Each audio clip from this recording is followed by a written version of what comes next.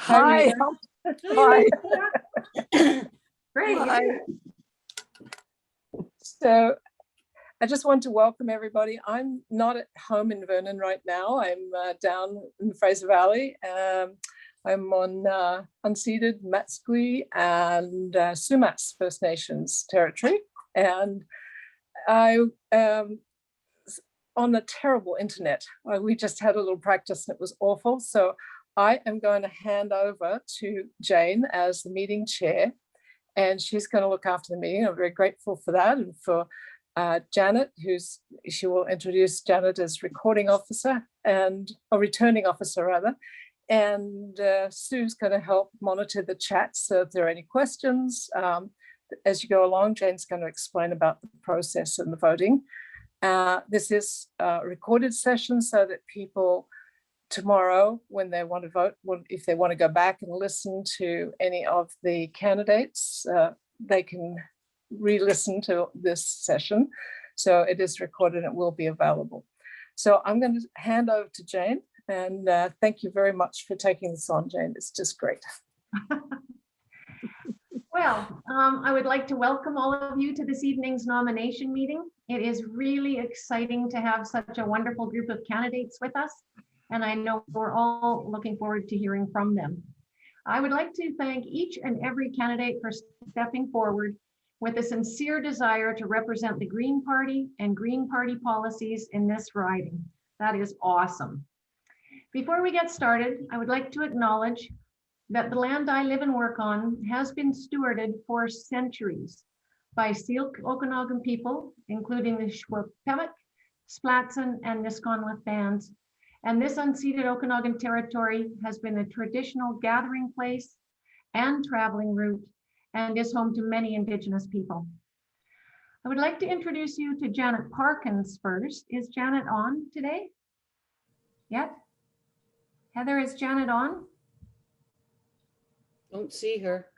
Okay, well, I'll just tell you that Janet Parkins is our returning officer for these elections. And hopefully she'll pop in later.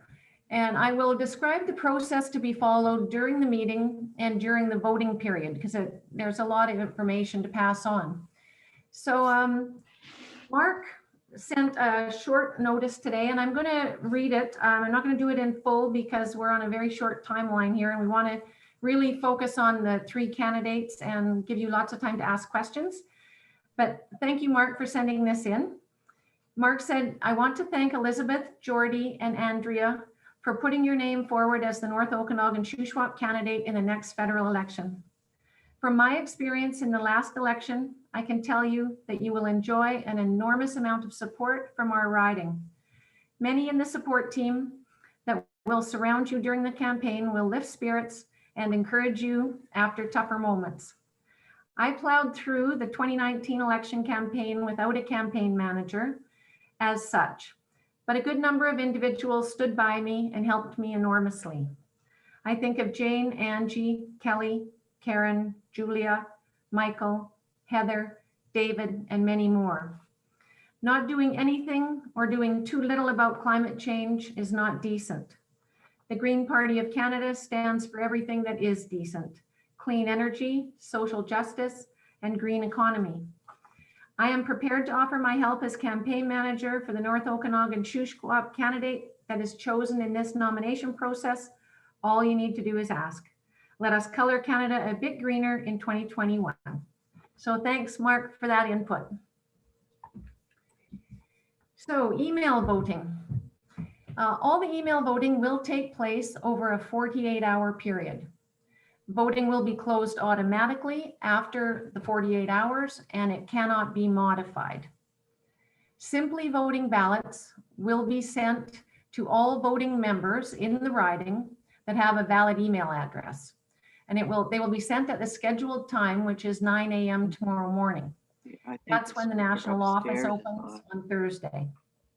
If you do not receive your ballot, please check your spam mailbox for an email, and the email will come. That one has to be off. Simply voting. If it is not in your junk mail or in your mailbox, then please phone Janet. And Janet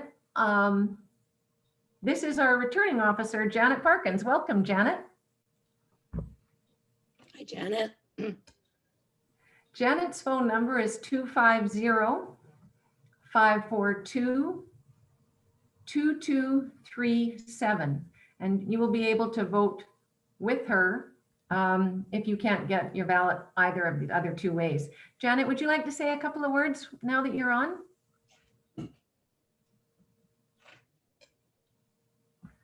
We don't have sound.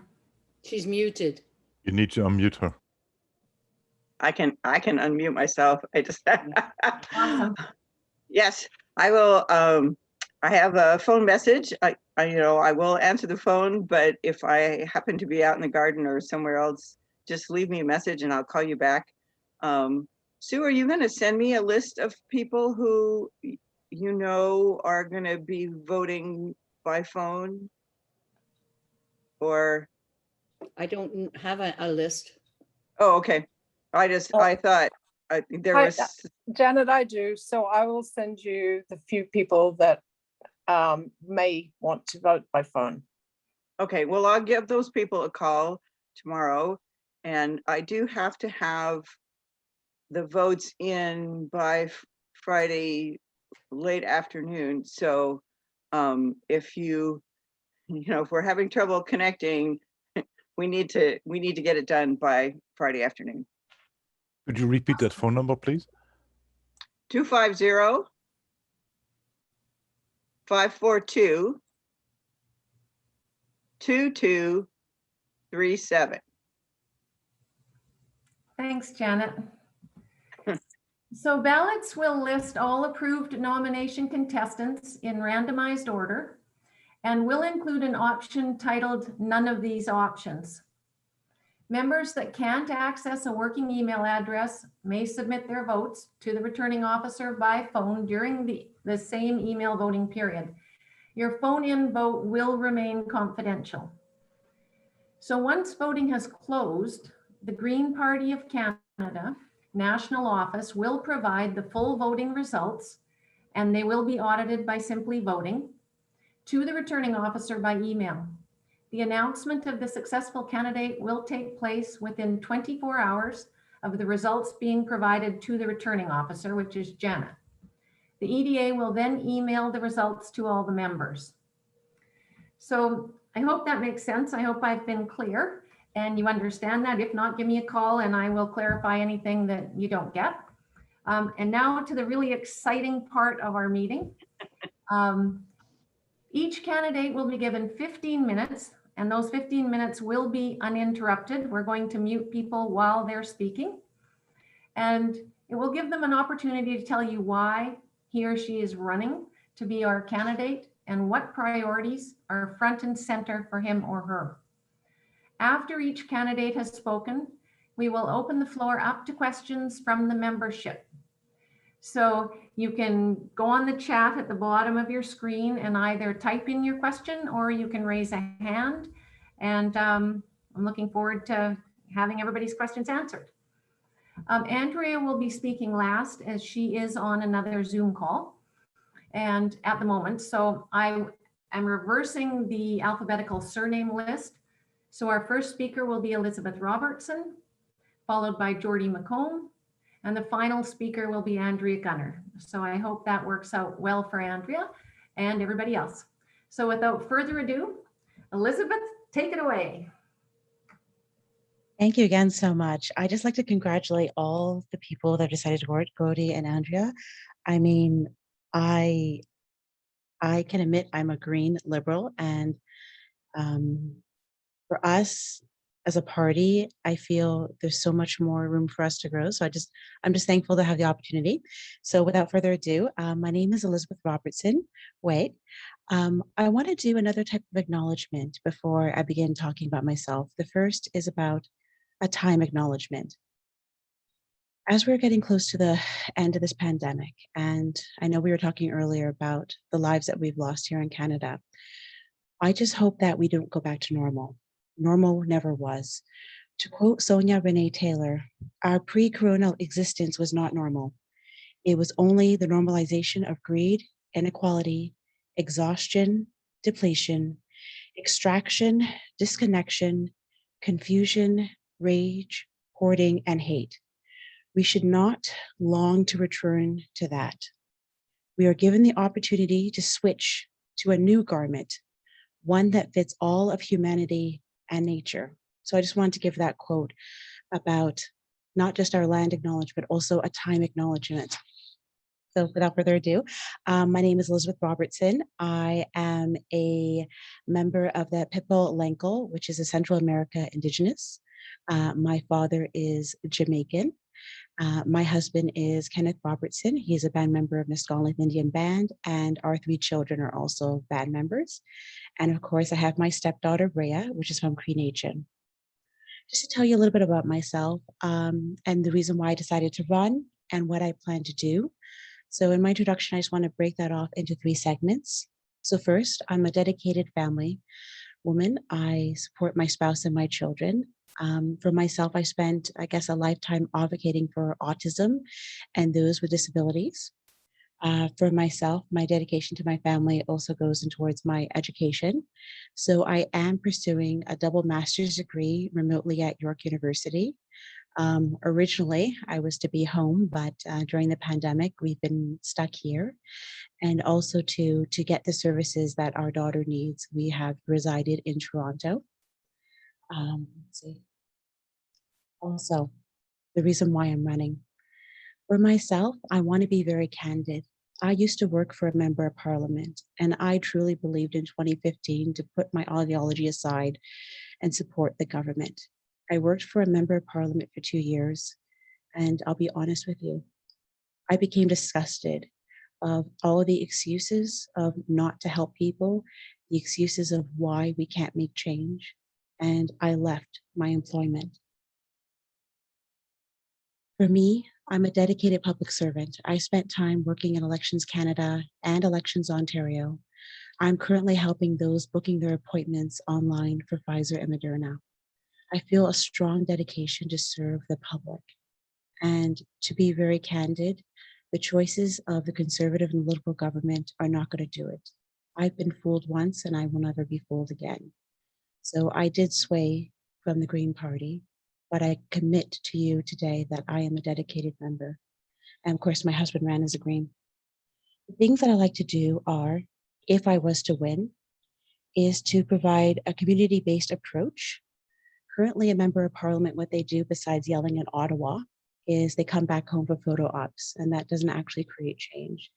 If I was selected to be the member of parliament, I would join committees, and that is where the real strength of an opposition member is, the ability to make amendments and to make suggestions.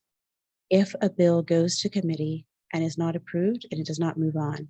So that's where the real strength that our Green members, Elizabeth May and Paul Manley, are doing. For them, they're doing the work of 10 different shadow cabinets, which is a lot. I truly believe there are 15 seats out there that can be winnable for our party. And lastly, what will I do in the first 100 days? I spent a lot of time calling our constituents and finding out that, of course, the #1 target is climate change, forest fires, and droughts. But there's also the shame of seniors in poverty. The amount that we receive for OAS, GIS, and CPP is not sustainable. For someone who's dedicated 25, 30, or 40 years of their life to this country, to building it, to only have to live in the most horrendous poverty and conditions. So I hope that if Greens are strong enough to force a guaranteed livable income, to take climate change seriously, and of course, to create higher paying jobs, not resource-based jobs, not tree cutting jobs, but jobs that will help the community and of course, help the planet. Thank you.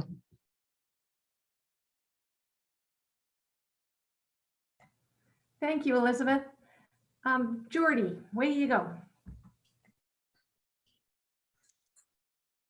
I too acknowledge that I'm speaking today on the unceded land of the Zilks or Okanagan people. In Chemainus, on the land of the Sitsuminis First Nation and the Hulpkuminum people, there stood some woods behind my grandmother's house, and they were hot that day. I was a teenager sitting once again at her kitchen table.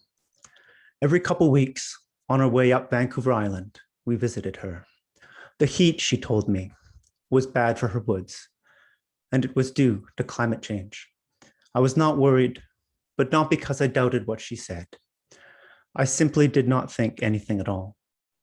Later, I left and went up island as usual, not at all worried about the woods or the heat or the climate crisis. I was apathetic. I knew but did not care, not really. And I didn't care to know more. My apathy supported the status quo. Apathy is one problem we face as a party. Here is another. People in our district voted Conservative in 2019, more than for any other party, 48.8%. They voted to elect Mel Arnold as MP, or Andrew Scheer as PM, or the Conservative Party, or for something else, for example, to promote economic growth or to dethrone our current PM, as you know. A right-wing party has won our district since its creation over 30 years ago in 1988, and before that in the North Okanagan. Now here's the problem. If tradition has momentum, and if this momentum veers to the right, our far left party is up the creek. Worse, if we split the vote, we make a Conservative win more likely. So a Green win looks hopeless, and even a shift to the left looks unlikely. Apathy is one problem, Conservative momentum another. Consider one more. Why vote Green? To answer, we often appeal to Green values, but other parties share them, or they pay lip service to them. Either way, it's a problem for us. Take participatory democracy. Our PM, for example, promised to reform our first past the post voting system before he was elected. And our last PM, Stephen Harper, was also pro-reform also before he was elected. Or take social justice, respect for diversity and nonviolence.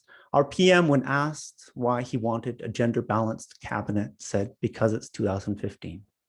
And locally, his government supports the Women in Business Association. Or finally, take ecological wisdom and sustainability. Every party has a climate crisis policy and a plan. And in 2019, of these other parties' plans, certain academics said that they looked more credible than ours, more down to earth. 3 problems: apathy, Conservative momentum, and Green persuasion.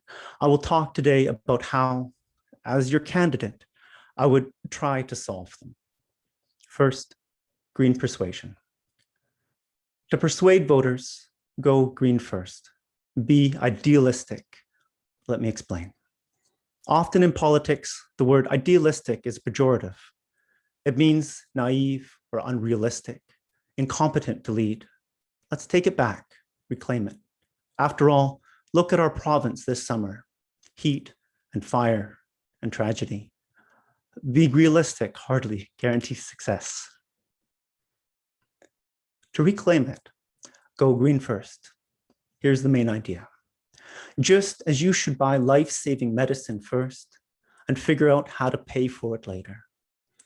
And just as in 1939, we were reasonable to declare war against fascism first, without a credible plan to transform our economy, we are reasonable here and now to commit ourselves to climate justice first, and then to work out the plan in detail. We do not, by contrast, first try to, quote, find a balance in planning for future growth, as our local MP once put it. The solution isn't to talk only policy, to appeal only to distinctly Green policies. We should, I think, also appeal to Green values, as we often do. Again, to persuade voters, to persuade them, even when other parties claim Green values, be idealistic, go Green first. That's the solution I would try to give, and I would very much like to know what you think. Sorry, excuse me.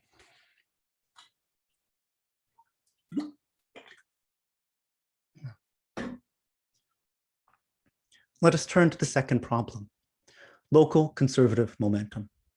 How could we win? And worse, how could we avoid splitting the vote? The solution isn't GOTV. To be sure, Get out the vote matters. It worked. We have official party status and we were reimbursed. But it alone, of course, won't solve our vote splitting problem.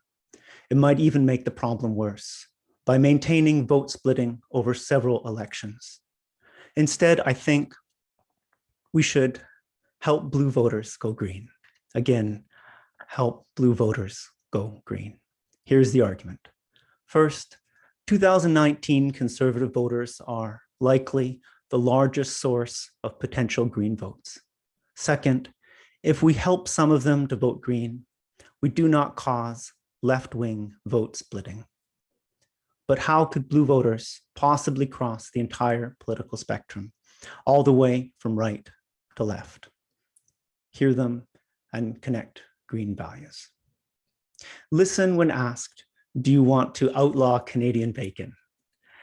And connect nostalgia for bacon and eggs to the value of ecological wisdom. Say, to take another example, that you support federal funding for pickup trucks, like the 563 horsepower Ford F-150 Lightning, a fully electric vehicle.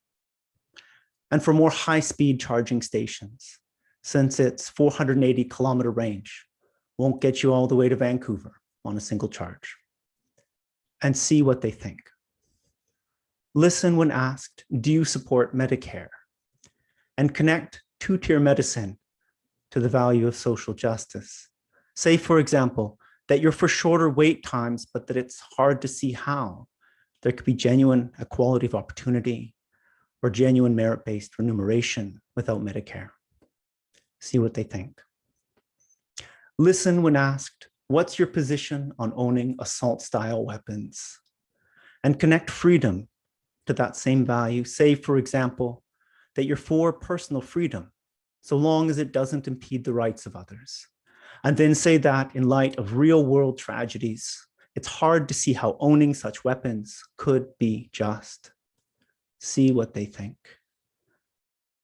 Finally, listen when asked, are you proud of Canada? And connect nationalism to the values of social justice and respect for diversity. Say, for example, that Canadian Pride supports Medicare because we look after each other. Specifically, we look after basic medical care for our least well-off. That Canadian Pride might even support a universal basic income because, again, we look after each other. But we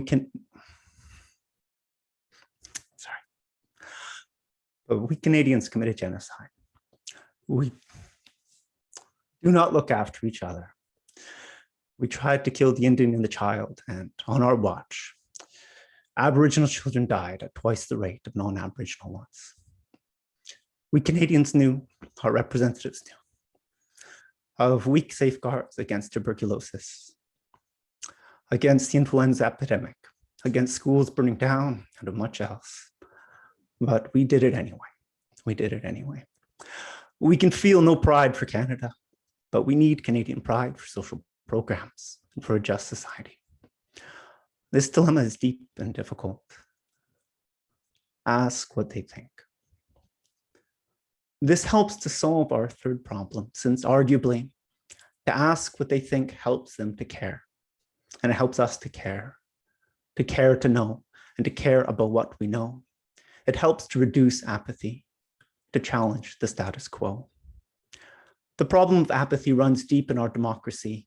Many of us are busy, too busy starting the coffee or steeping tea, caffeinating, too busy feeding kids, feeding oneself, looking for lost kids' shoes, packing lunches, too busy commuting, then selling, teaching, cleaning, studying, hammering, working before we commute again.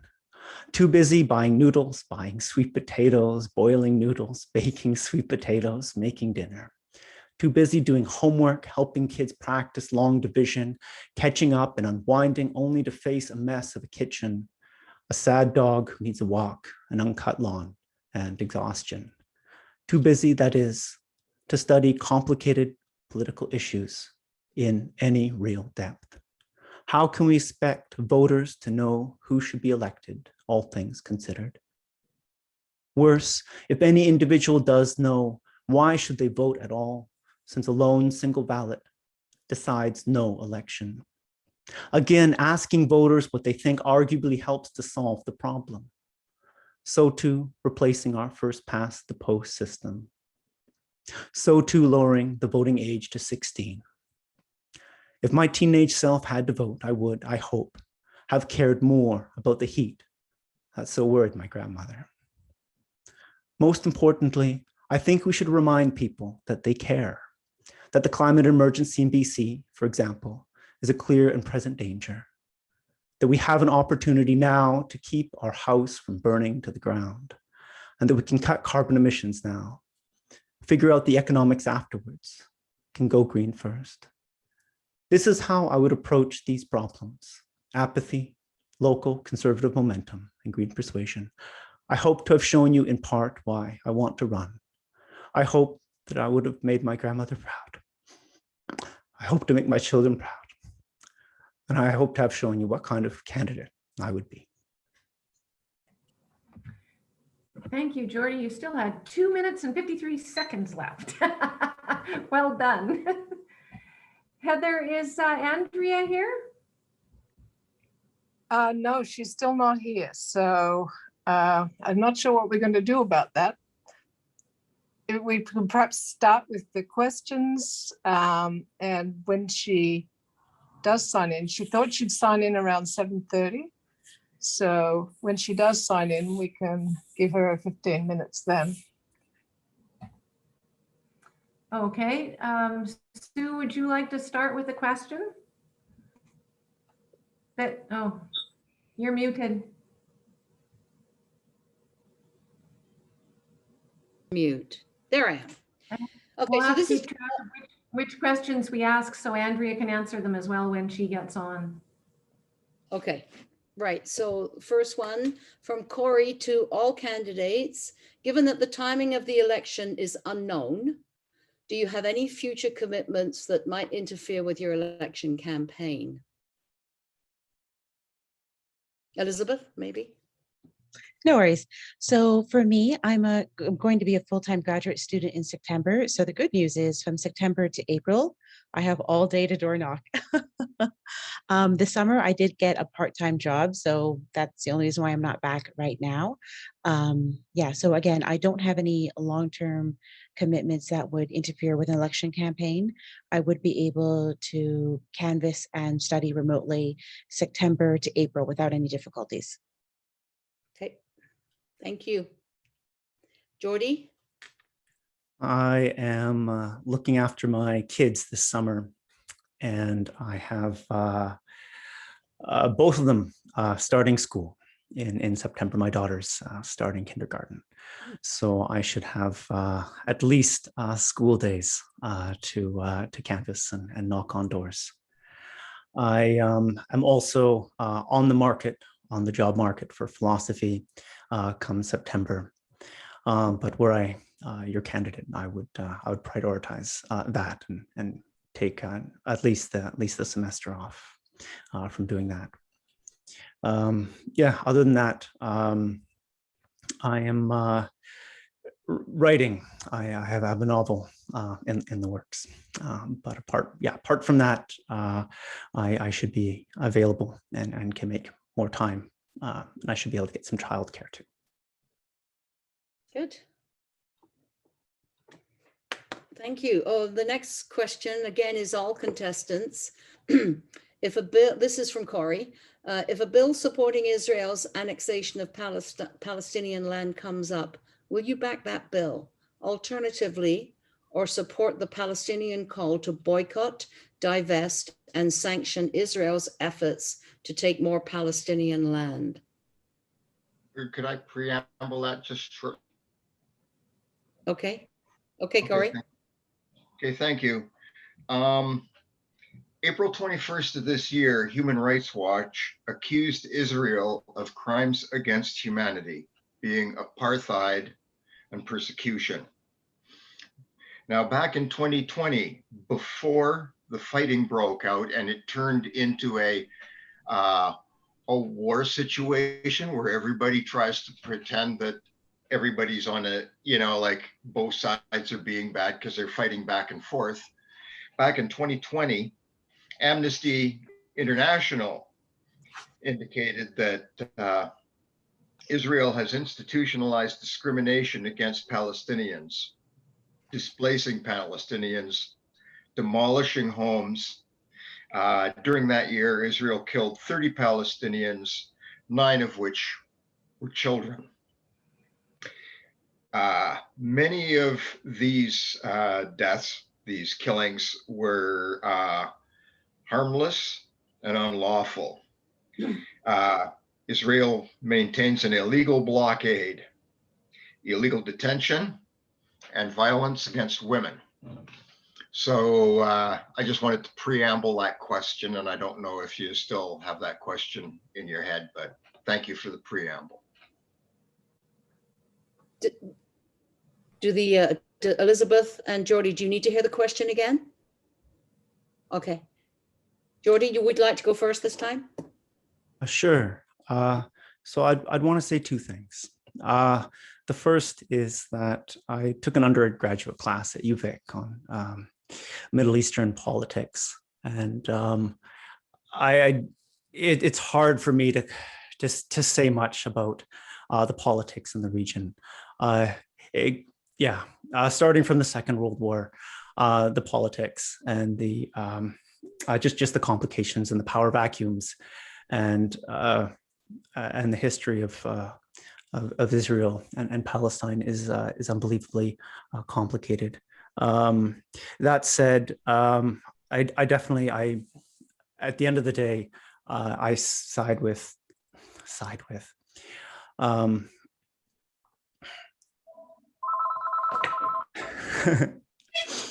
Yeah. I think I don't have a firm position, but I believe that Israel needs to stop the aggression. Here's the second point. The second point is I do want to follow the party. There is an imperative that the candidates, speak their mind, but that they are more or less consistent with the party. So I don't have a straight answer. I feel deeply for the Palestinian people, and I also at the same time want to take a position that's in line with the party politics once that gets sorted out, if it ever will. I wish I could have given you a better answer. Thank you. Thank you so much, Corey, for that question. I will answer that question, and my answer will be very straightforward. The only thing I'm saddened about is seeing the differences. Oh, sorry, did you hear me? Mm-hmm. Sorry, Sue. Sorry. Oh, Sue has to go on mute. I have to mute myself. Sorry, I'm speaking to Andrea. Okay, no worries. It's all good. Scared me for a second. Okay, so I do apologize. I want to just comment about, I am sad about what's happening in the news right now with the loss of the Green member, and of course the internal fighting. And the last article I read was that the leader got muted at a meeting and people losing their jobs. For me, the answer is very straightforward. The Palestinian people are suffering. If I look at it as the South African apartheid, so I don't see a major distinction. Even Margaret Thatcher, I know it took her a while to agree and to become with a statement of support, and she was the most conservative. But I believe if we do follow, that divest, and to begin just not incrementally, start with potentially divest and then work our way to sanctions. Yes. So for me, I'm 100% supportive of the Palestinian people. I believe in first starting with the divest, then potentially moving to boycott, and then of course moving to sanctions. I wouldn't do all 3 immediately, but I would be 100% supportive of the Palestinian people and to support those 3 steps. Not in one action, but in a step 1, step 2, step 3. I hope that answers the question. Thank you so much. Thank you. Okay, so is Andrea there now, Sue? Or Heather? Andrea didn't receive the numbers. That's probably because I emailed them and she probably didn't get her email. I thought she'd get it through cell phone. So I just gave her a number to call. She's wondering about a password. Does Heather know about a password? It's Oh. on that email. Oh, Yeah, Sue, I'll text you the password.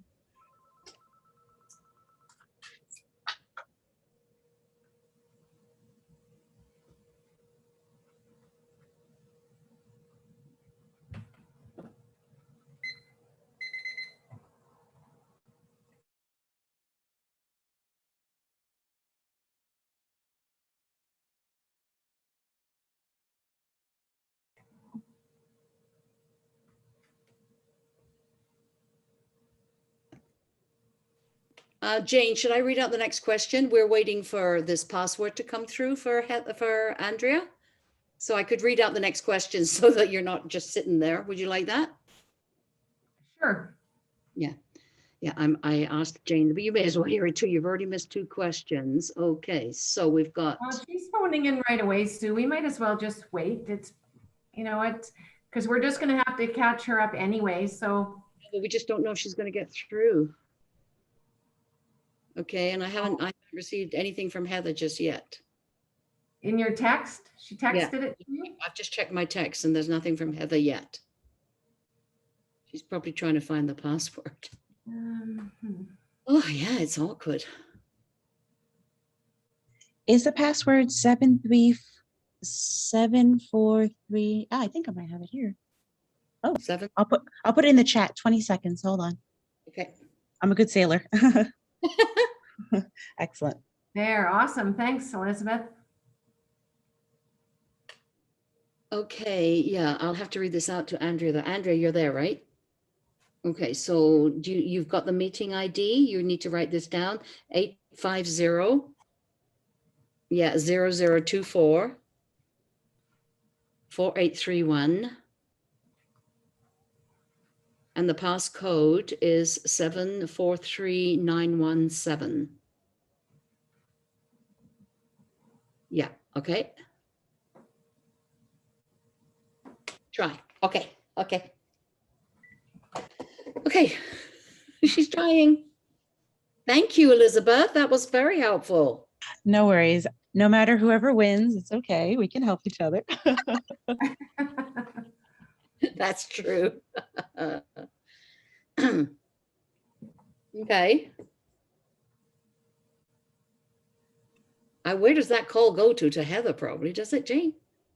I have no idea. We have no idea. We're technophobes, aren't we, me and Jane? It should come into the main participant panel. So who will see it, you or Jane? Yeah. Heather? I'll see it. Heather. So I only gave her the 1 number because I had to give it to her over the phone. So I'm not going to give her 8 numbers, right? That's all right. Yeah. There's quite a few Canadian numbers there. Should we carry on, Jane? Or do you want to wait? Does anyone want to ask more questions? This is a good time. Another question.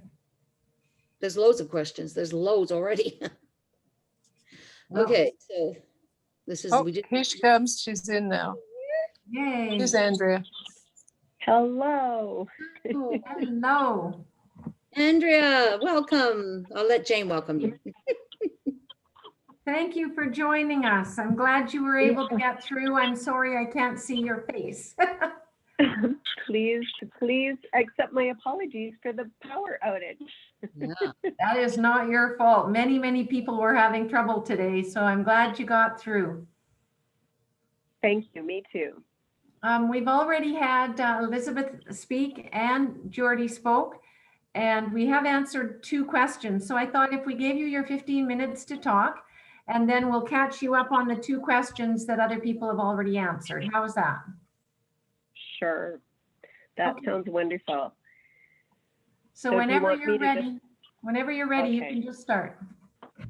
Okay, so I thought what I would do is provide a little bit of background and run over some of the details of my experience, and then share with you my outlook and my hopes for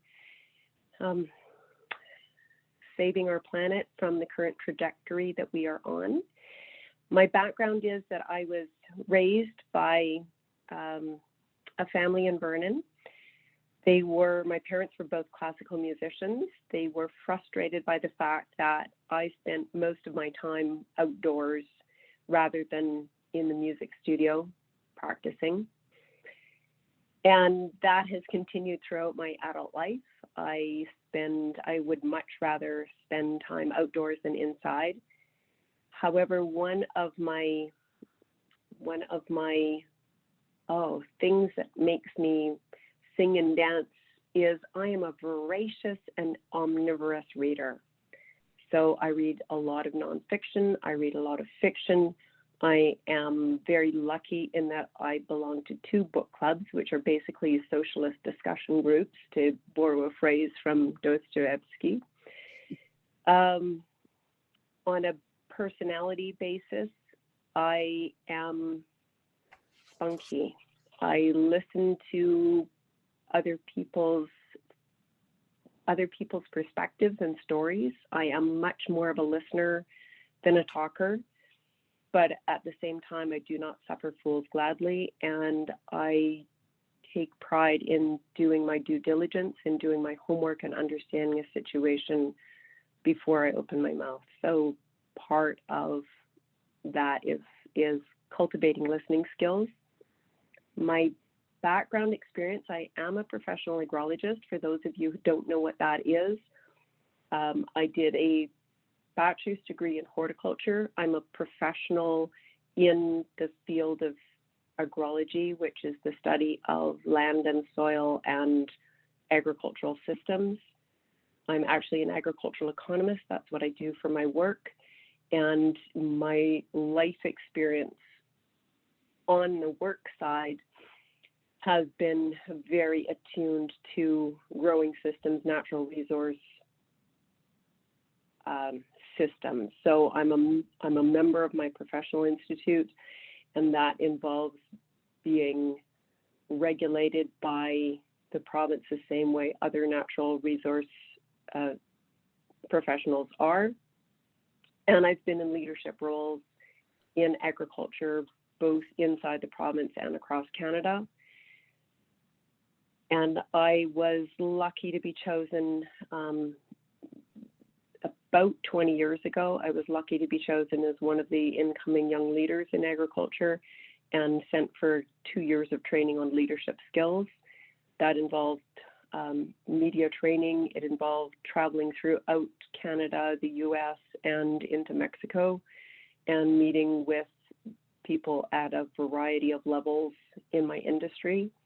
I have used the tools and perspective and experience and network that I've had as a result of that at all levels of government, from municipal right up to federal. That sort of wraps up experience. I'm also a mother of 3 children. I'm in a long-running relationship. My husband and I have been married just over 34 years. That has, of course, come with its own personal growth and development. And I was in a situation about 20 years ago when my best friend died, and on her deathbed asked me if I would parent her daughter, which I have done. That daughter is Cree, and so I'm also involved in the Indigenous community and the changes as we go through truth and reconciliation, moving forward with that. I am involved in initiatives and reaching out to our First Nations. That's really important to me.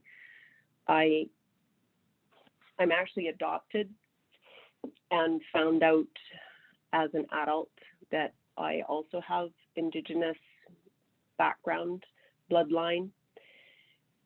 And that brings me to my outlook, which is that as a farmer, as somebody who lives on the land, who doesn't live in an urban setting, I have great concern for management systems that our species has been adhering to, has put in practice. And I have a lot of respect for the Indigenous peoples of this country, of North America, and their sustainable system. I have great concern about the direction that we're going in, and I really believe that the Green Party is the best party to enact a new way of thinking. Really, the biggest thing is for people to change their minds and to realize that Mother Nature has given us lots of warnings. To quote Wendell Berry, she has a longer memory, a sterner sense of justice, and more tools at her disposal.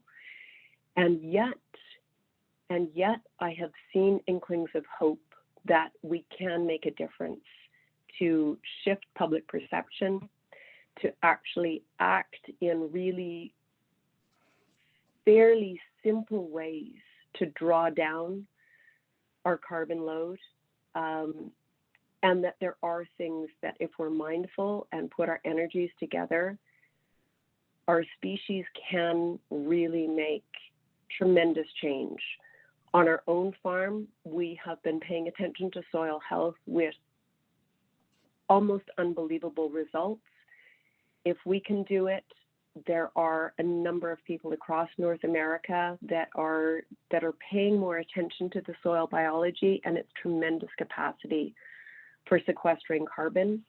There are also changes that can be made in our forestry practices, our fisheries practices, that don't negatively impact the economic long-term viability. And my role in running as a candidate for the Green Party, I know that in this riding we're deeply conservative. I know that Huguette Allen did a stellar job of bringing some of these concerns forward and some ideas for shifting the public perception. I think we're so much further ahead in terms of the challenges that climate change is throwing at us, that people are listening more, they are starting to wake up and pay more attention. And I do believe that I can be part of moving that conversation forward. I do not expect, if I am so lucky to win the nomination as the Green Party candidate for this riding, I do not expect to be elected as an MP, but I do expect to help move that conversation forward so that a Green Party candidate in the not too distant future can be successful and represent the riding that we're so fortunate to live in.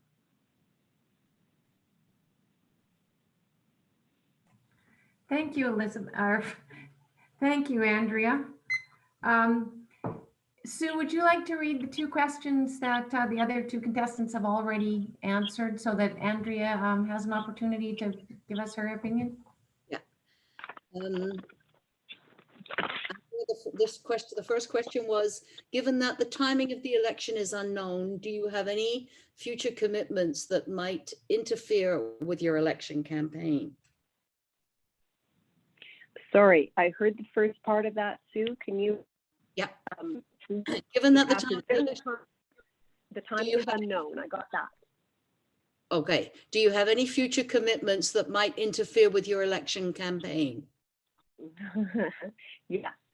I had originally told Richard that I would run in a spring campaign. I hadn't thought past that.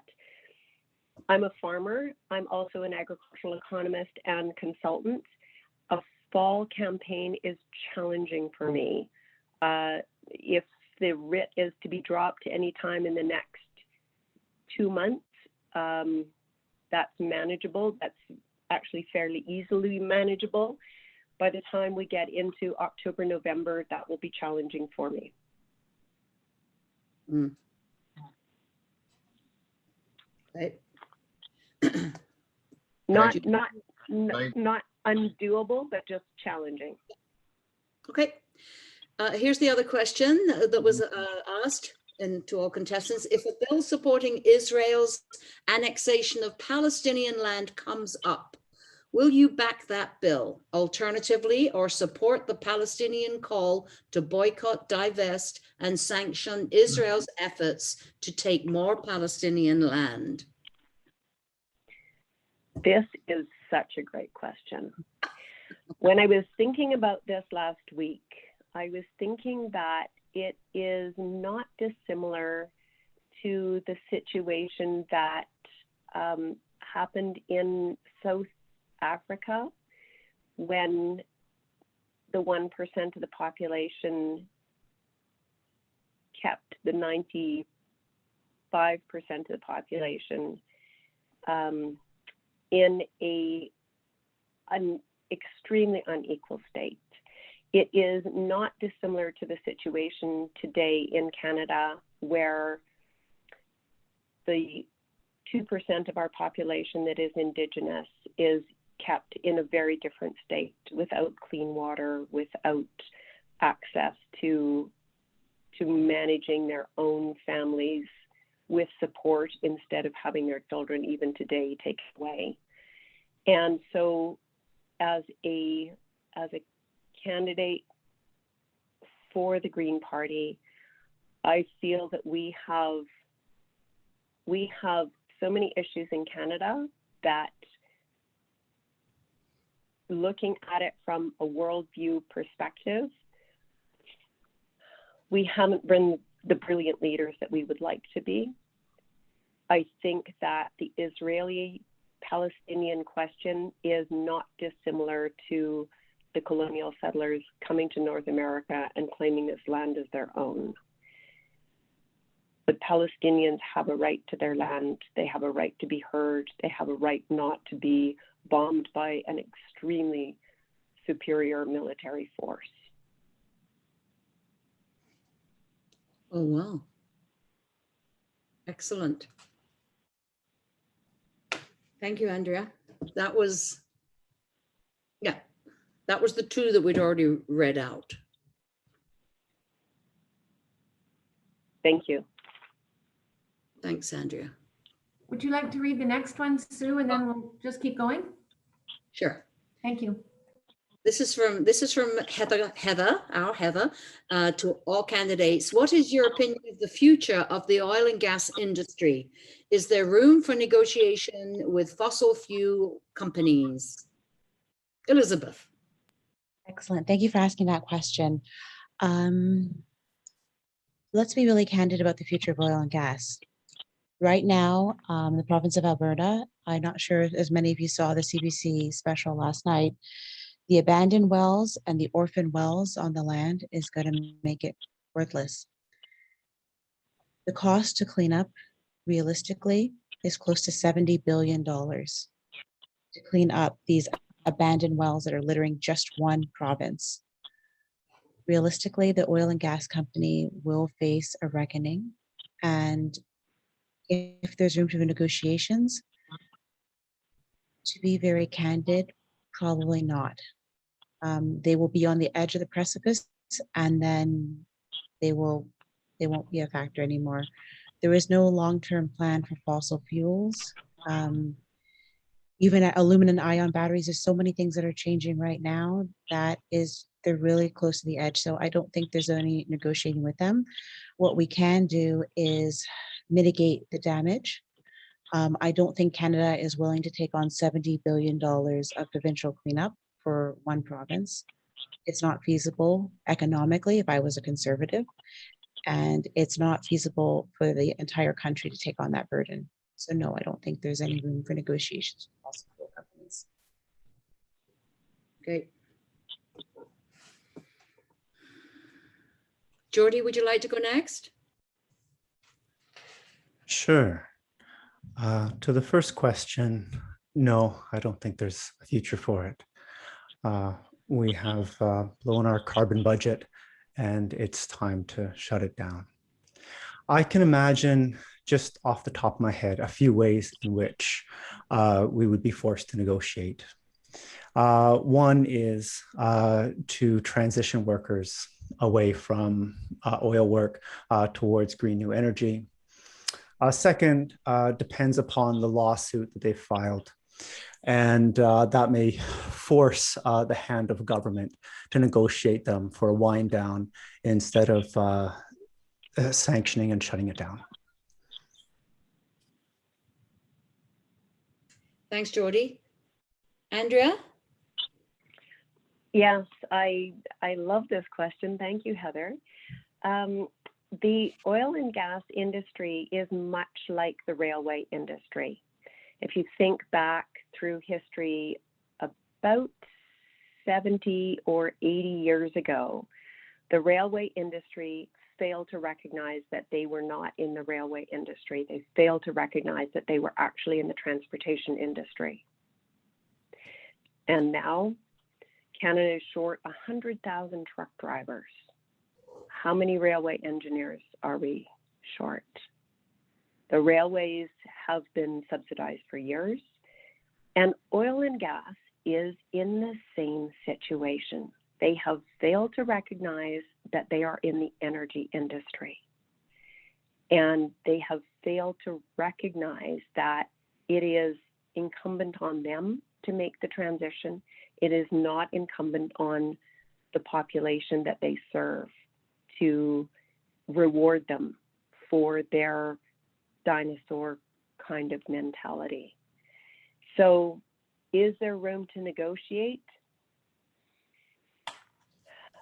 We need energy, and we are not ready as a population. We are not ready at this point in time to make a wholehearted 100% jump to other energy sources.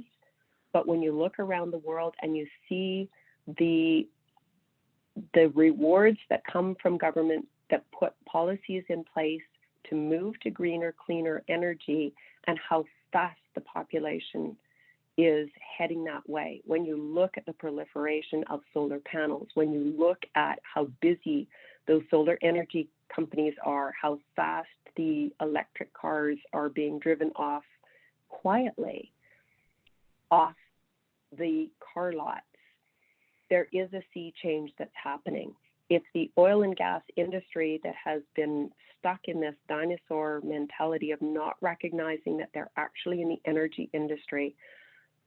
I believe that we do not have the full support. We should not have, as a population, the full support to help them come to that recognition. They have to own that themselves.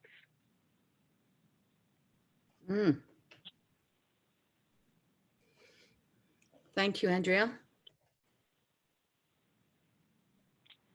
Move on to the next question, Jane.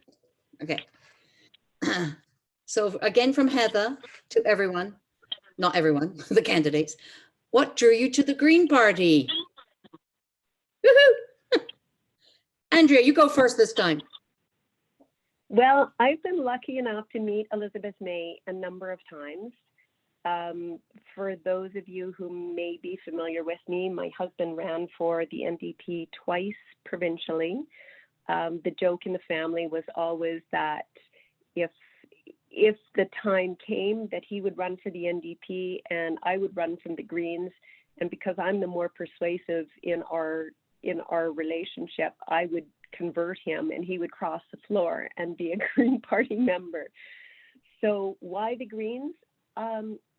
I strongly believe that the Green Party, not only in Canada but worldwide, is the only one that is consistently and ethically bringing attention in the most forthright way possible to this ecological crisis that we have been in for far too long without paying attention. The Greens worldwide are the ones that have been bringing that clarion cry and have put policies in place that I think are well thought out, and not just on the ecology, but on social justice issues. I think that the Green Party has been looking at the policies and the platforms are much more wide-ranging than just climate change and the climate crisis. So for me, I've been voting Green for a long time. I've been supporting the Green Party. All the work that I do is focused on keeping soil healthy, keeping farmers healthy, making sure that we have the kind of resources that we need to repair what parts of the damaged earth that we've got. It's something that I live and breathe every day. What we've learned from managing our own piece of land has been life affirming in the most joyful way possible. And I would like to bring that story. I'm part of a surge in agriculture of really changing practices, drawing down carbon, and finding it to be economically viable, in fact, quite financially astute, and making the world a better place. So yeah, the Green Party is the right one for me. Awesome. Thank you. Elizabeth? Okay, thank you. So I'll be very brief. So mine's actually was 3 people. The first person was Daniel Stein. He is a criminal justice lawyer here in Toronto. He's of Jewish heritage. And he talked to me about the criminal justice system and why he decided to run for a Green here in Ontario. He said that looking at the values that the Green Party possesses are the most holistic, restitution, and of course, forgiving values. And of course, I'm a strong believer of how our criminals are treated is a deep sense of how we treat each other across the country. So the reason why I actually became really interested in the Green Party was because of him. Then I had the opportunity to meet Mike Schneider. He is the provincial Green Party here. I was so excited to meet him. I threw my husband and he ran as a candidate. And then the final nail would be, of course, Anna May when she won the leadership. Being able to fundraise that amount of money, being able to come, maybe not completely across Canada, but to get a lot of new people interested and think that it is possible. So those 3 Green members, Daniel Stein, Mike Schneider, and of course, Anna May Paul, those are the ones who drew me to really see that I didn't have to be jaded about politics anymore when I left the Liberal Party. That's why I'm a Green now. Thank you. And Geordie? So 2 different things. One is my studies in philosophy. I did my undergraduate at UVic, and it's difficult not to get interested and support progressive politics when you are involved in the student union there and you take classes. One on voting systems was offered one year, and that was the first time I heard anything about changing the democratic system from first past the post to some other kind of system. Again, it's classes. I took an environmental ethics class, and that was the first time I was confronted with this idea that that you might think that natural organisms, like an old growth tree, could have value in itself apart from human use for it. That in some way it didn't have to reduce to the pleasure or usefulness that it had for people. So that was part of the reason, just an interest in progressive politics. And the second one is the climate crisis really struck me. I remember going on trips with my high school. They're lovely, lovely trips that you can take on Vancouver Island.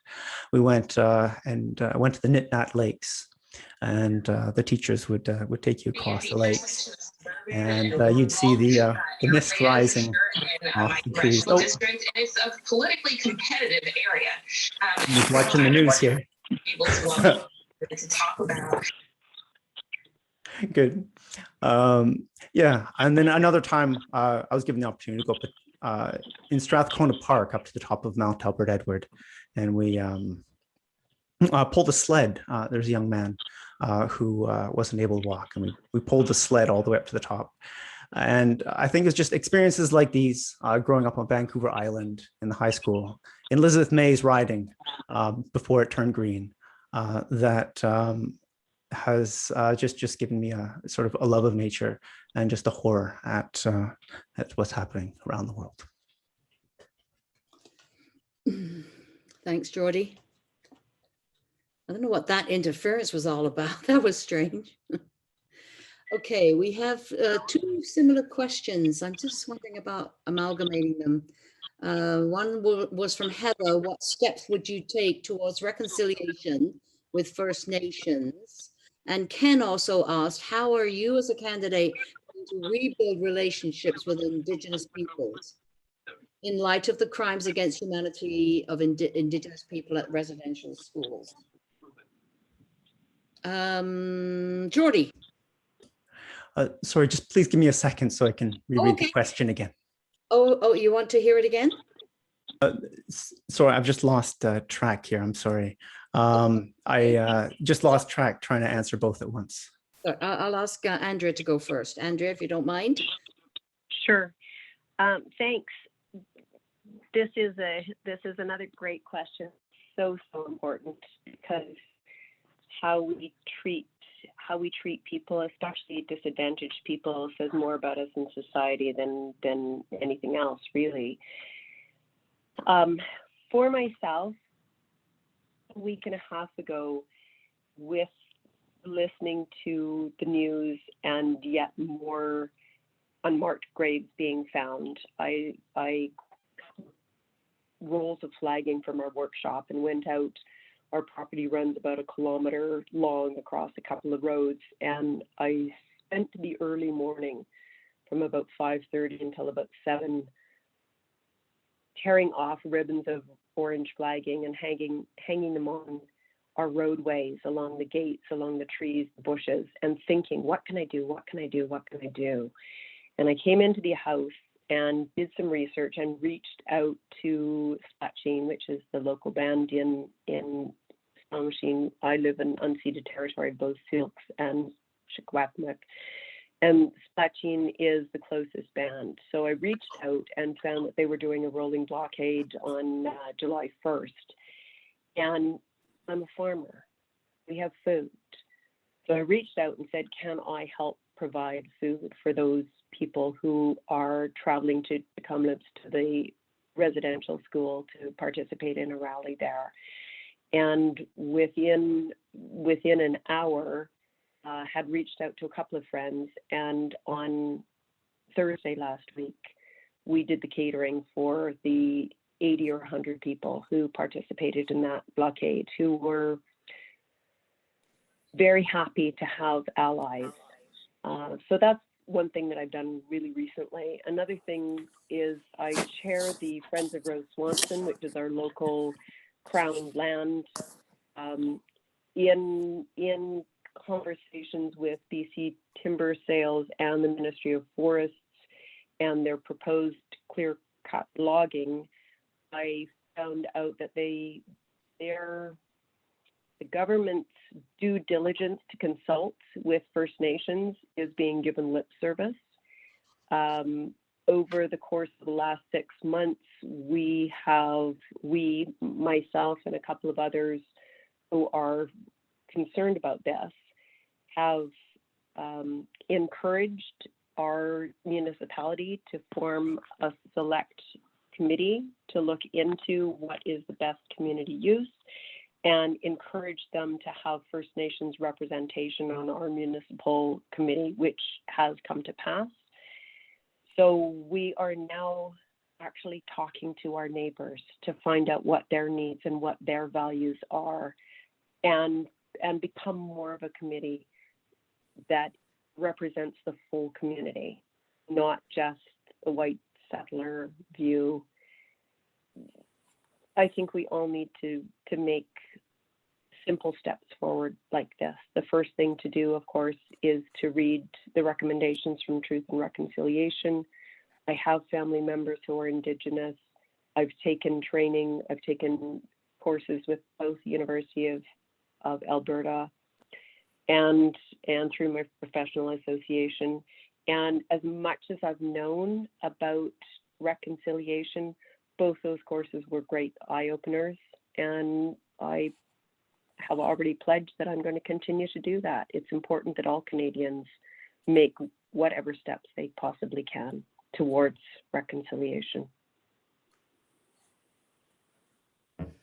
Thanks, Andrea. Elizabeth, would you like to go next? Oh, I believe, Geordie, did you wanted to go or? Ready? If you're ready, please go. Okay, I'm ready. So for myself, I'm going to put my constitutional law hat on, my Supreme Court of Canada hat on. Realistically, I have a three-prong approach, and it's very simple. It's very easy. The federal government can do it right now. There's nothing really holding them back. Most of the First Nations bands don't have the same type of provincial or municipal powers. If the federal government was truly believing in reconciliation, that would be the first step. That would allow the bands, if they wanted to, hire their own doctors, speech language pathologists, occupational therapists, so that we wouldn't have to travel back and forth off reserve, or in my case, completely leave our home and move to another province. Secondly, in regards to the relationship with Indigenous people, many municipalities are now considering having not only elected official, but a liaison office within the municipality. And the third would be introducing public policy that includes the local community's needs and respects the teachings. One example, you can have a community here in Ontario or Newfoundland or Yukon, and within that traditional teaching, it says that no one should be homeless. No one should go hungry. Those are simple things right now in terms of public policy that municipalities can add to immediate effect. So to build reconciliation, the first is to recognize and to give them the power that they should have, which is similar to provincial and municipal, and so that they don't have to leave their homes. The second is, of course, respecting the traditional teachings that allows their communities that live next door to them and the traditional territories that they're used to being on, to including their traditional teachings and public policy. And the third, again, in terms of the crimes, this is a very challenging point because, again, there's international law, there is Canadian law, and unfortunately, international law has no effect in Canada unless it's ratified by Parliament.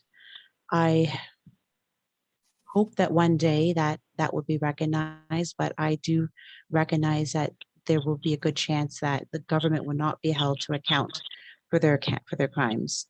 The Catholic Church and different other churches might be, but I don't see that. Maybe I'm being pessimistic, but I do hope. And I think by giving the bands the authority, provincial authority and municipal authority, that would help. Thank you.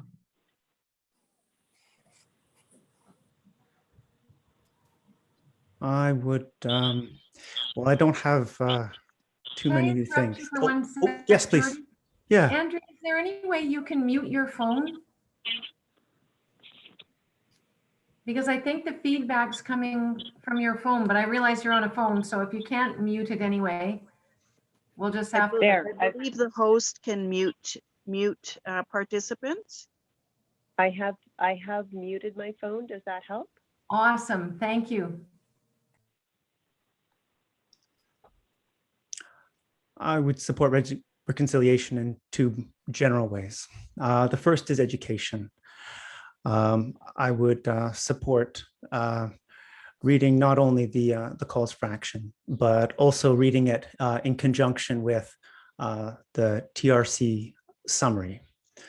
I find that reading them together brings light to the calls that in some instances is somewhat obscure.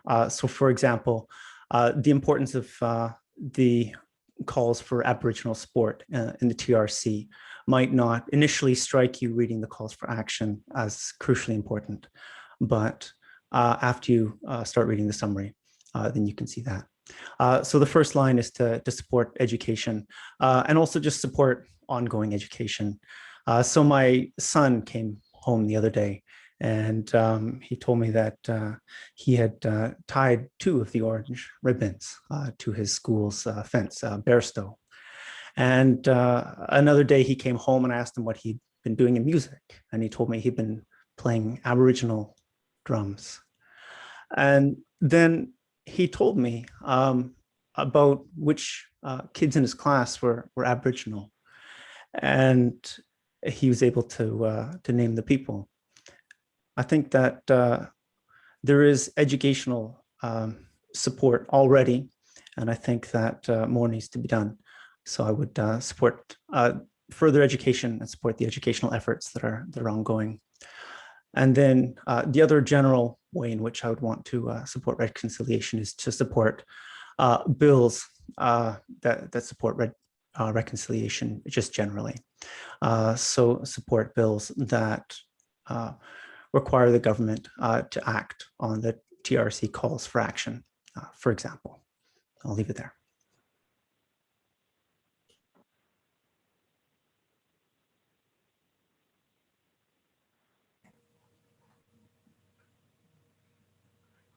Can't hear you, Sue.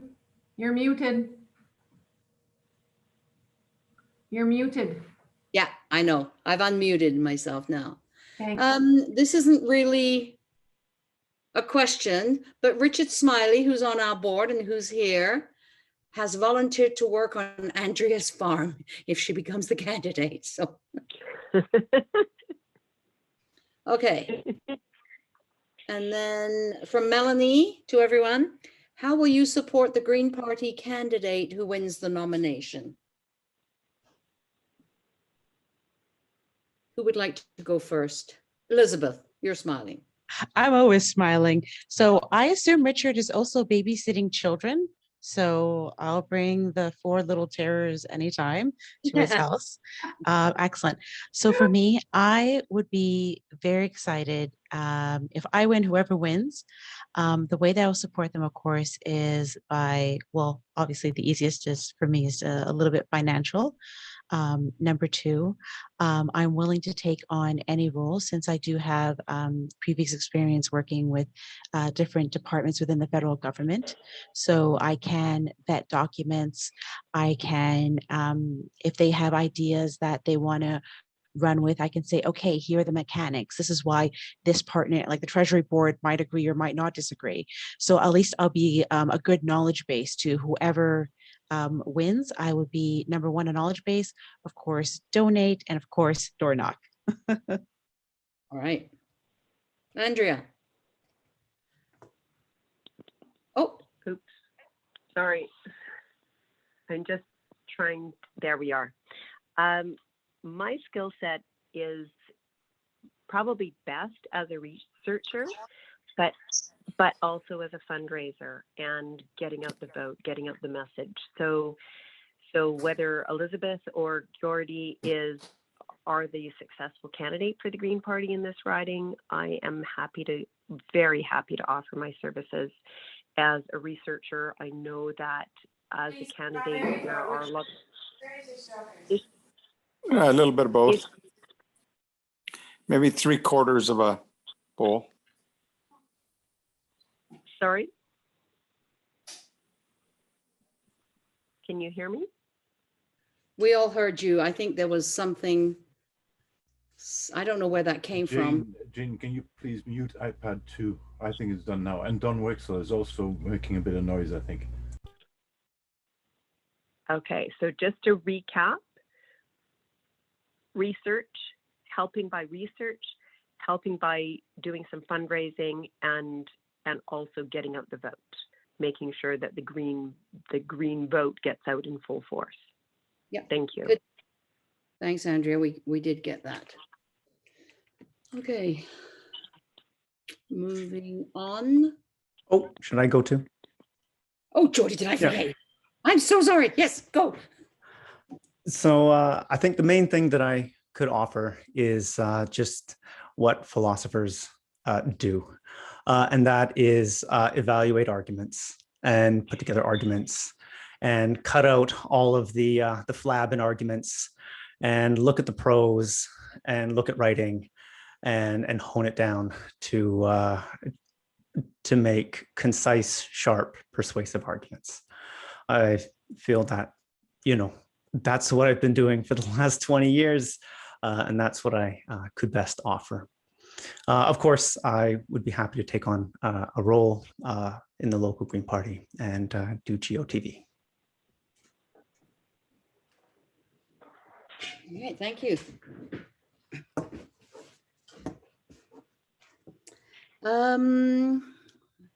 Next question. Okay.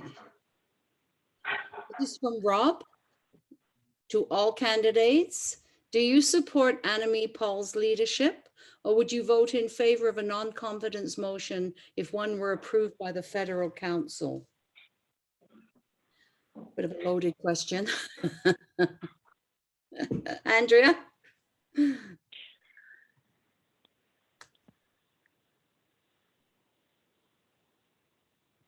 Andrea, Yes, you there? I do. Yes, sorry, I had to unmute. Yes, I do support Annemie's leadership. Okay, good. Elizabeth? Thank you so much. So I want to make a comment. I have no idea how the Green Party ended up here. Yeah. It's really lost on me. I do support Annemie Lee's leadership. Again, I would not vote in favor of a non-confidence motion if one was approved by Federal Council. Again, the way a normal convention is, we choose a leader, we have that leader, and after the election, or if the leader steps down, we reevaluate at that point.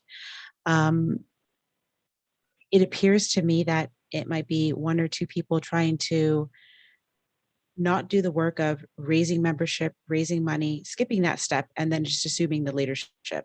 And I think that's a dangerous precedent to be set within the party. So again, I do support Annemie Paul's leadership, and I do believe and support the Green Party constitution. But I will fall back on the normal convention is the leader is either loses during election, and then of course they can step down, or if they retire. So that's just my thoughts. Thank you. Thank you. Geordie? Here's what I think is the best case scenario. On July 20th, there's a motion and it's defeated. That I think is absolutely the best. She's currently the leader. There's a motion on the leadership and she defeats the motion, and then she has Greens rally behind her. Okay.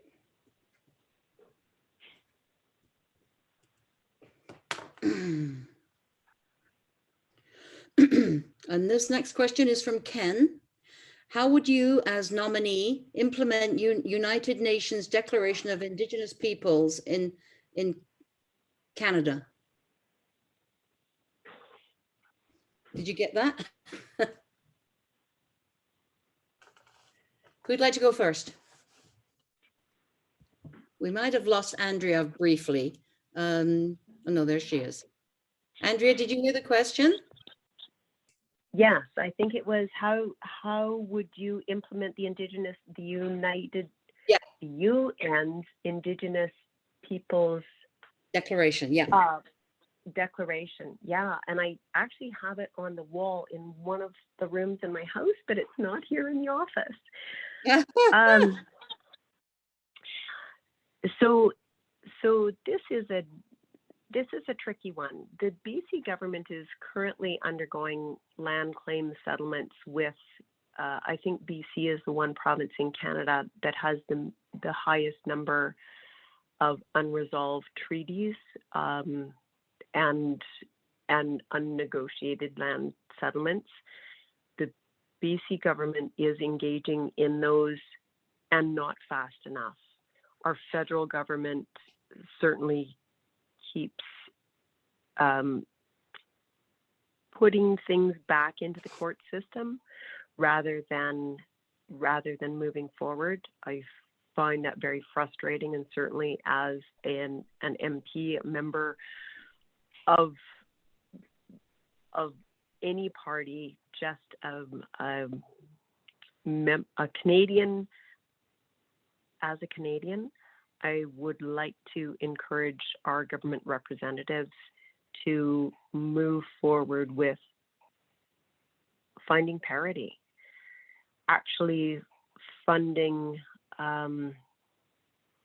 appropriately and managing appropriately, so that the respect is felt on the Indigenous peoples. They've been feeling for a long time like they're not heard, and to actually incorporate, as Geordie's already mentioned, how it has been and is continuing to be incorporated into our schools, into the education system, but we need to make more meaningful change than simply education, raising the public awareness. We need to have policies that support healthcare, childcare, family management, family support, so that the trauma that has been visited on Indigenous populations, it's intergenerational at this point, that we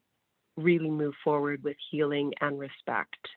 And that's a very vague answer with no concrete. It's a great question, and I need to do more homework on that. Thanks for asking that. Thank you.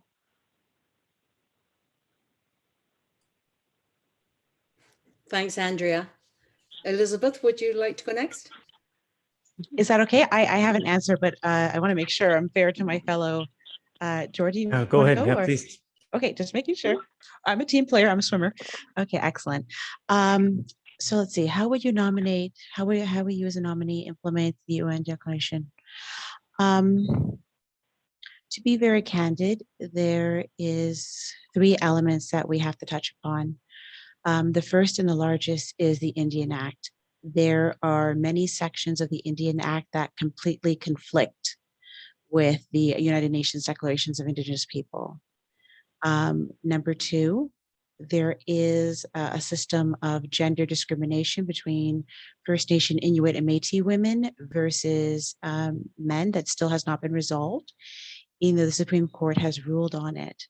So it's very challenging to implement the United Nations Declaration, where Canada right now is fighting children in court through Jordan's Principle. They are cherry picking who is considered status, who's considered not status.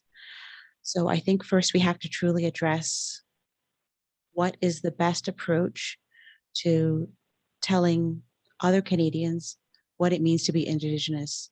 Is it a blood quantum? Is it if it's from your mother's side or your father's side? That argument hasn't even been addressed yet. So I don't know how we as a nation are going to step and start implementing other aspects of the declaration if we have the different nations, different communities fighting each other, who can and who cannot be. So first, I think we need to really look at that approach first, the Indian Act, the sections that conflict with that, to deal with the gender discrimination. And lastly, to deal with the hurtful language. The Indian Act actually talks about persons with disabilities, and they call them mentally incompetent Indians. So that was what my daughter is labeled. When I pass, I don't have a choice of making my brother or my husband in charge of her affairs. There's no question, it's the ministry. And that's, again, more stolen assets, more stolen land. So there's a lot of things we have to fix immediately. But to eventually implement the Indigenous, the Declaration of Indigenous People, I think we need to grasp around the concept of, not grasp around the concept, I apologize, it's the wrong word. We need to fix our own backyard desperately and quickly first, and then yes, to have a holistic approach of allowing the First Nations the access to the land, to the resources, to not have a system where they have to worry about which identification card they have to go fish. Again, just to address those problems in the immediate, and then we can work on allowing them to fish and hunt and use the resources as they would like in respect to their traditional teachings and their traditional histories. Thank you. Thank you. My answer, honestly, in short, is I don't know. Here's how I see the question. There are three parts. First, there's a public component, an awareness component, and I don't have a plan for raising awareness. Second, there's a government component, writing the bills and getting them passed, and I don't have a good answer for that. And then third, just in light of what Elizabeth was saying, there is something like a logical or something like a philosophical job to work out how exactly to make Canadian laws consistent with it. So my short answer is I don't know. There are three different hard jobs, and I'm sorry I don't have a better answer. Thank you, Geordie. Jane, I don't think I have any, there's no other questions so far. Okay. Heather, do you have anything else you'd like to say? Do we still have Heather, or has she dropped off? Yeah, I'm still here. No, great questions. Thank you, everybody, for that. Really been a good session, and the candidates have made it tough for us to decide. It's awesome. Does anyone else have questions before we move to the end? Elizabeth has asked a question. Can we get 2 minutes of final thoughts for each candidate? That's a good idea. Sure. Is that okay, Jane? I think that's an excellent idea. Let's give them 3. All right. 3 minutes. Who wants to start? Elizabeth. Come on. I'll start timing you when you start talking. No worries. So I'll keep it very brief. Again, I'm so thankful to have the opportunity. And for me, of course, I would be extremely honored to be the candidate. I want everyone to pick the best candidate you feel, not just for themselves, but also for the riding. And again, my goal in running was not to just, oh, I'm moving to Ottawa. It was to really bring awareness to the leads and to also to help create a path forward. So that's just my main goal, is I want to create a path forward, and I feel like I can't sit on the sidelines.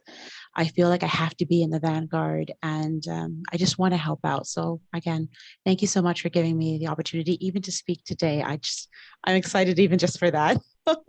Thank you again. Thank you. Geordie. Geordie? I had not thought about running for the Green Party until Annemie's call came out. I had just finished my PhD through the University of Toronto, and I was looking at going into a very difficult job market, and you have to have other plans. Politics is something that I've always been interested in, something that I periodically aspired to when I was young. But for the last, I don't want to admit how long I've been in university for, but that takes up all your time.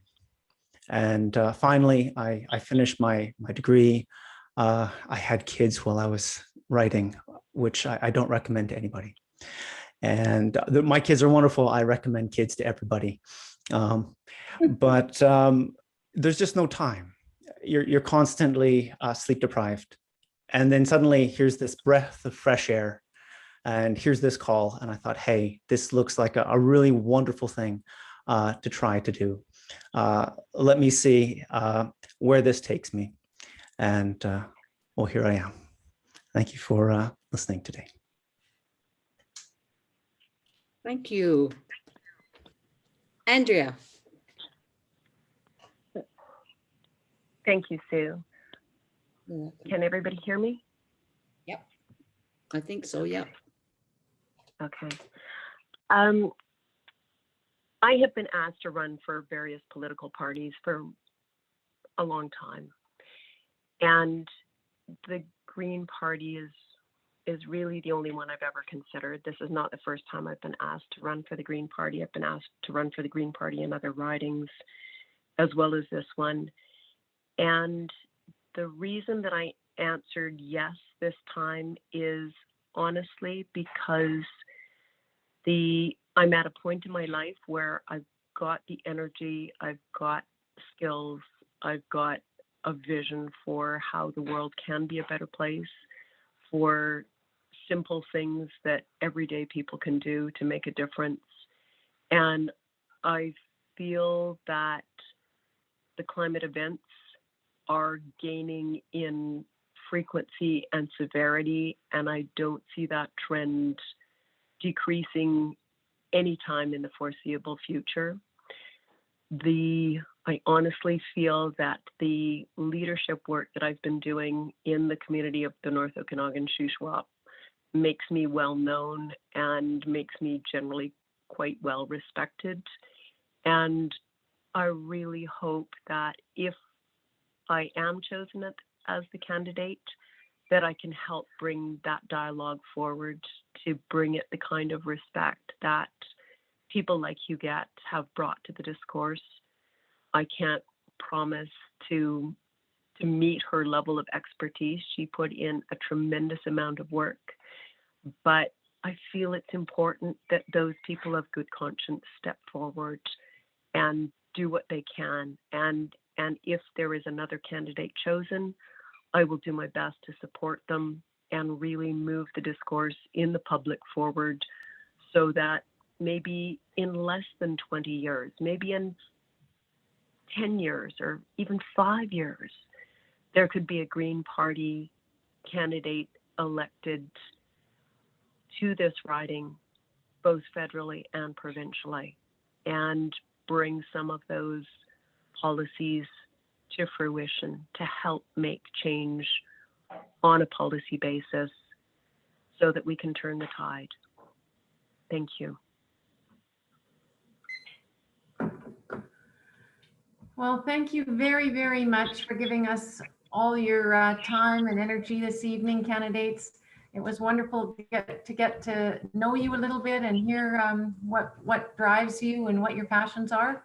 I learned a lot tonight about each of you, and I really appreciate that.